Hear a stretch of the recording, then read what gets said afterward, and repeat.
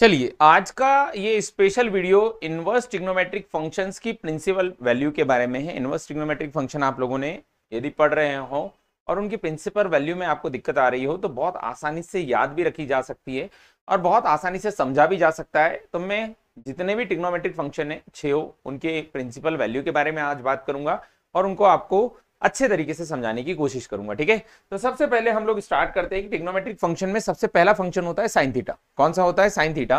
तो sine theta के बारे में बात करते हैं हम लोग कि साइन थीटा की प्रिंसिपल वैल्यू क्या होती है, फिर हम उसके इनवर्स के बारे में बात करेंगे। तो साइन थीटा आप लोगों ने देखा होगा कि साइन थीटा जो होता है वह कुछ इस तरीके से वर्क करता है कि उसका डायग्राम कुछ इस तरीके से बनता है। यहां पर अगर जो देखोगे आप तो वैल्यू रहती है ना, जो कि वेरी करती है कितना, 1 से लगाकर किसके बीच में, -1 के बीच में।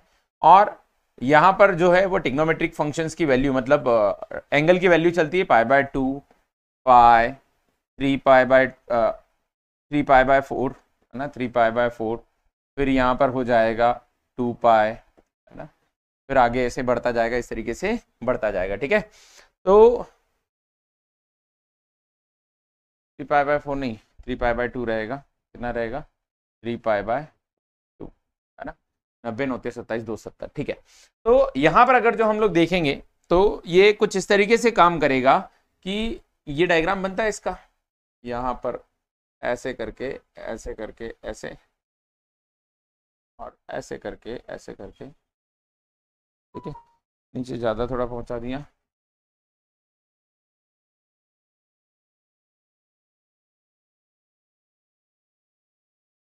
ठीक है, यहाँ पर 90 डिग्री मतलब बीच में टॉप पे रहता है, यहाँ टॉप पे रहता है, इससे आगे भी कुछ इस तरीके से चलता हुआ है। ठीक है, तो प्रिंसिपल वैल्यू क्या होती है कि हम लोग ट्रिग्नोमेट्रिक फंक्शंस की बात करें तो उस फंक्शंस के अंदर यदि कोई भी वैल्यू डाले तो उस वैल्यू का आउटपुट आए। जैसे मान लो किसी ने मुझे बोला कि साइन π/6 तो साइन 30 होता है 1/2। किसी ने बोला साइन π/3 तो साइन 60 होता है। साइन 60 की वैल्यू कितनी होती है? √3/2। किसी ने बोला कि साइन मान लो 225 बोला गया तो पाई प्लस π/4 मतलब 5π/4, तो 225 पे कितना होता है? -1/√2। मतलब हर पॉइंट पर मैं वैल्यू निकाल पाऊं, चाहे कितना भी एंगल दो, कोई भी एंगल हमको दिया जाए तो उस एंगल पर मैं वैल्यू आउटपुट दे पाऊं। मान लो 30 दिया, 45 दिया, 60 दिया, 200 दिया, 400 दिया, 600 दिया, जो भी एंगल दिया उस एंगल के बेसिस पर मैं इसका आंसर बता पाऊं। तो ये ट्रिग्नोमेट्रिक फंक्शन साइक्लिक होता है, आगे बढ़ता जाता है, बढ़ता जाता है, बढ़ता जाता है, अनंत तक जाता है, रिवर्स में भी वैसा जाता है। अब ये ट्रिग्नोमेट्रिक फंक्शन था जिसमें एंगल दे रहा था, आउटपुट आ रहा था। जो इनवर्स ट्रिग्नोमेट्रिक फंक्शंस होता है, यहां पर लिखा है साइन इनवर्स, यहां एक्स जो लिखा है ये क्या होती है वैल्यू, कि जब वैल्यू डालूं तो आउटपुट आए, और जब वैल्यू डालूं तो आउटपुट आए। मतलब यदि मैंने लिखा कि साइन इनवर्स 1/2, क्या लिखा? साइन इनवर्स 1/2, तो उसका आउटपुट होना चाहिए कि 1/2 π/6 पे होता है। किस पे होता है? π/6 पे होता है। करेक्ट, बिल्कुल सही दिया, कुछ गलत नहीं दिया। लेकिन एक बात बताओ कि साइन π/6 बराबर 1/2 होता है, 1/2 होता है मतलब यहां पर 30 पे 1/2 होता है। क्या ऐसा 1/2 और नहीं होता? क्या होता है? यहां पर होता है। और कहां होता है? और आगे होता है, यहां पर होता है। मतलब बहुत सारी जगह है। मैं लिखना चाहूं तो ऐसा लिख सकता हूं कि साइन π/6 बराबर साइन 5π/6 बराबर साइन 7π/6। इस तरीके से आगे बढ़ते जाओ बढ़ते जाओ, सबकी वैल्यू कितनी आएगी? 1/2 आएगी। चाहो तो करके देख सकते हो। नहीं, 6 दूनी 12, 13π है ना, यहां पर लिख सकते हैं 13π/6, 13π/6। इसकी भी वैल्यू क्या होगी? इसकी वैल्यू भी 1/2 होगी, क्योंकि 2π प्लस π/6, 2π पे 0 हो जाता है, π/6 वापस से 1/2 आता है। तो ऐसे ढेर सारे एंगल है, ऐसे ढेर सारे एंगल है जिसपे वैल्यू 1/2 होती है। π/6 आए ऐसा जरूर नहीं है, कुछ और भी हो सकता है। तो फंक्शन क्या होता है? फंक्शन वो होता है जब उसमें कोई इनपुट दिया जाए तो वो एक आउटपुट दे जो सॉल्यूशन के रूप में हो। ऐसा ना हो कि उससे कंफ्यूजन पैदा हो। जैसे मान लो मैंने बोला कि बता 1/2 कब होगा, उसने बोला π/6। नहीं, मैंने तो 13π/6 पे बोला था। उसने बोला नहीं 13π/6, नहीं, मैंने तो 5π/6 पे बोला था। तो कंफ्यूजन हो रहा ना, एक चीज पे दो आंसर आ रहे। जैसे दुकानदार को मैंने 10 का नोट दिया, भैया समोसा देना, तो समोसा देगा। या फिर जैसे ही दुकानदार ने मुझे समोसा दिया तो मैं 10 का नोट निकाल के दूंगा, क्योंकि कंफर्म है 10 रुपए उसके लगते हैं, जो चीज है उसका आउटपुट है, फिक्स है। लेकिन यदि मैंने दुकानदार को 10 का नोट दिया, अब वो कंफ्यूज है कि कचौरी दूं कि समोसा दूं कि आलू बड़ा दूं, फंक्शन गड़बड़ हो गया ना, गलत हो गया ना, आउटपुट परफेक्ट आना चाहिए। तो वैसे ही यहां पर जब मैंने 1/2 इनपुट दिया तो 1/2 पे उसका आउटपुट परफेक्ट होना चाहिए, फिक्स आंसर होना चाहिए, आंसर में कोई गलती नहीं होना चाहिए, कंफर्म आंसर होना चाहिए कि ये आंसर है इसका। तो ये गड़बड़ी को हटाने के लिए हमने इनवर्स ट्रिग्नोमेट्रिक फंक्शंस में प्रिंसिपल वैल्यूएं रखी, ताकि वो एक फिक्स वैल्यू के अंदर आउटपुट दे। जैसे इनवर्स ट्रिग्नोमेट्रिक फंक्शन का जब ग्राफ बनाएंगे साइन का, तो जब हम वैल्यू इस तरफ ले रहे थे, इस तरफ एंगल आ रहा था, अब एंगल इधर रहेगा, वैल्यू किधर रहेगी, वैल्यू इस तरफ रहेगी। मतलब वैल्यू हो गई यहां पर -1, यहां पर हो गई +1, और 0 से चालू हुआ, ऐसे करके ऐसे करके ऐसे करके ये ऊपर की तरफ जाने लगा, और जब इधर की तरफ नीचे की तरफ आए तो ऐसे करके नीचे की तरफ आने लगा, है ना। मतलब ये यहाँ पर -π/2 हो जाएगा, यहाँ -π हो जाएगा, और आगे बढ़ते जाएंगे, इधर 0 हो जाएगा, यहाँ +π/2 हो जाएगा, यहाँ पर पाई हो जाएगी, यहाँ आगे जाके क्या हो जाएगा 3π/2 हो जाएगा, है ना। 90 9 27 3π/2 करेक्ट। ये ऐसा इनवर्स ट्रिग्नोमेट्री का ग्राफ बना। लेकिन गड़बड़ तो वही आ रही ना, जब मैं वैल्यू चेक करना चाह रहा हूं 1/2, तो 1/2 पे तो बहुत सारी जगह आउटपुट आ रहा है, यहां भी आउटपुट आ रहा है, यहां भी आउटपुट आ रहा है, ऊपर आएगा, इधर नीचे भी आउटपुट आ रहा है, सब जगह आउटपुट आ रहा है। तो हमने क्या किया कि प्रिंसिपल वैल्यू डिसाइड करो।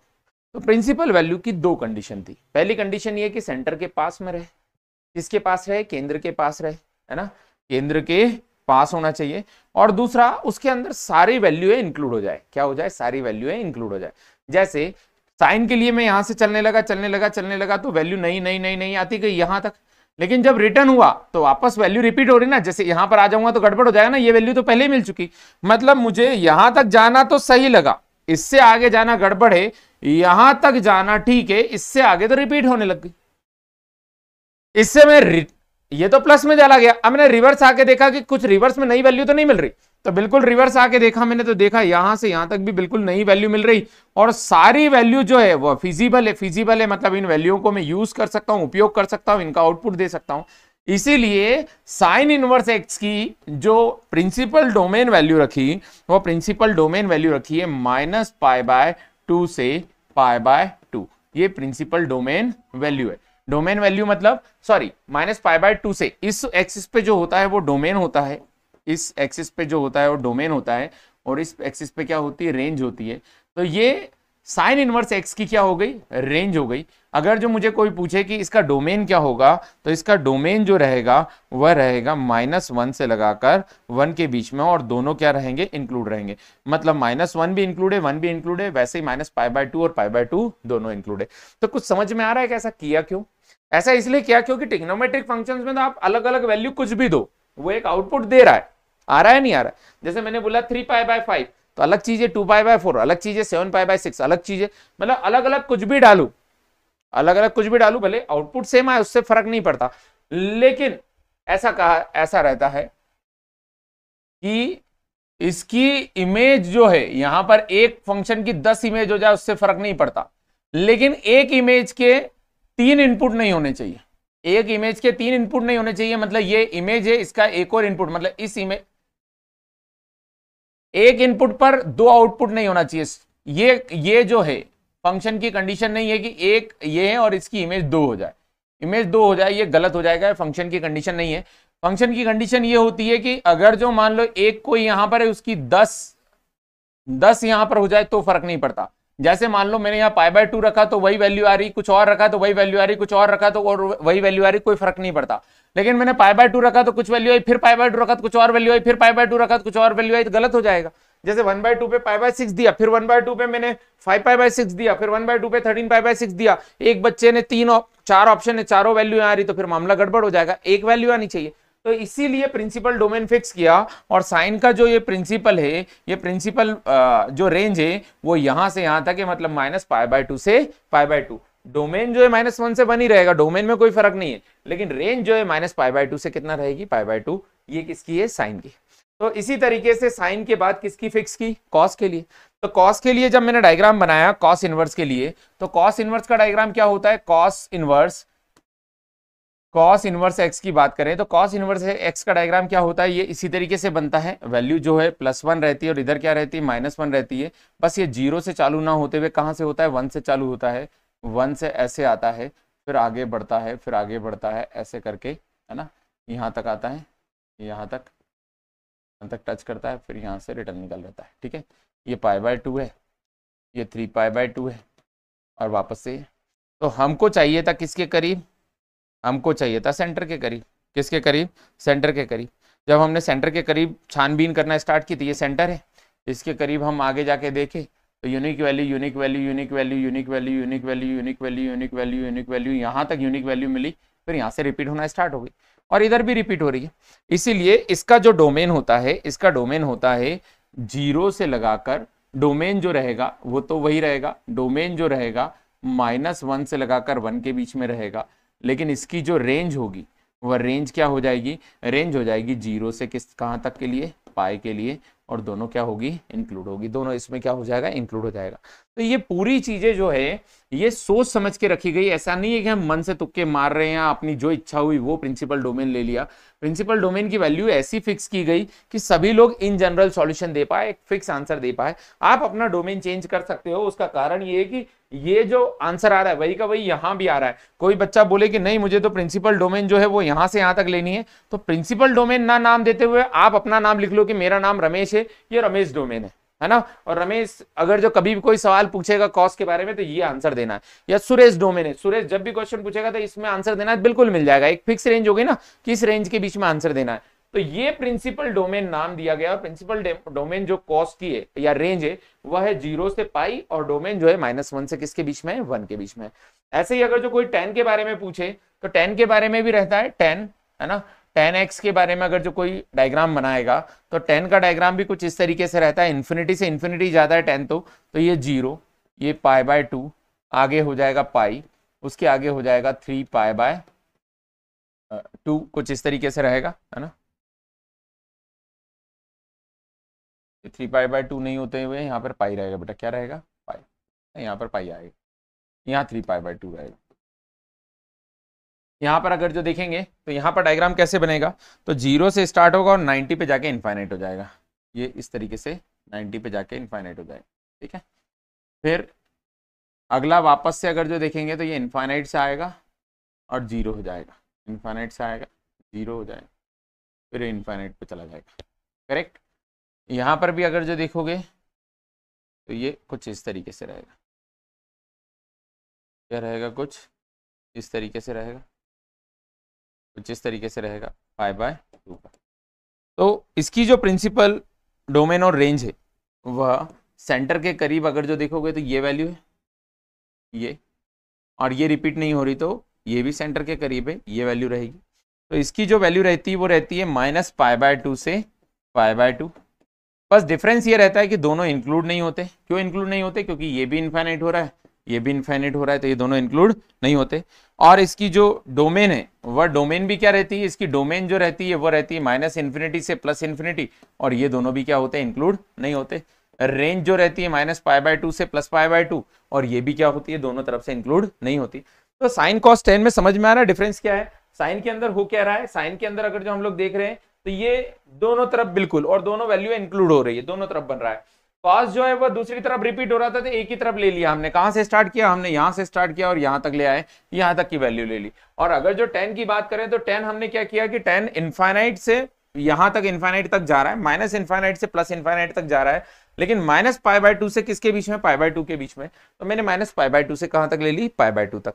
ये दोनों की थी, तीनों की थी। अब बारी आती, तो इसी तरीके से सारे जितने भी ट्रिग्नोमेट्रिक फंक्शंस होते हैं वो इसी तरीके से प्रिंसिपल वैल्यू डिसाइड होती है। जैसे यहाँ पर -π/2 से π/2 तक रहती है और दोनों इंक्लूड रहते हैं। उसका रीजन है कि कोई भी इनफाइनाइट के लिए नहीं जा रहा है, ये साइन की बात थी।